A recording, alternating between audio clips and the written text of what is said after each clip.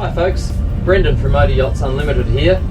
Today I'm on board a Riviera M400 2006 model, launched new into Western Australia, powered by twin 8.1 litre Mercruiser stern drives. She's just been out of the water, fully serviced, anti-fouled and polished, and come and join me, let's take it for a run.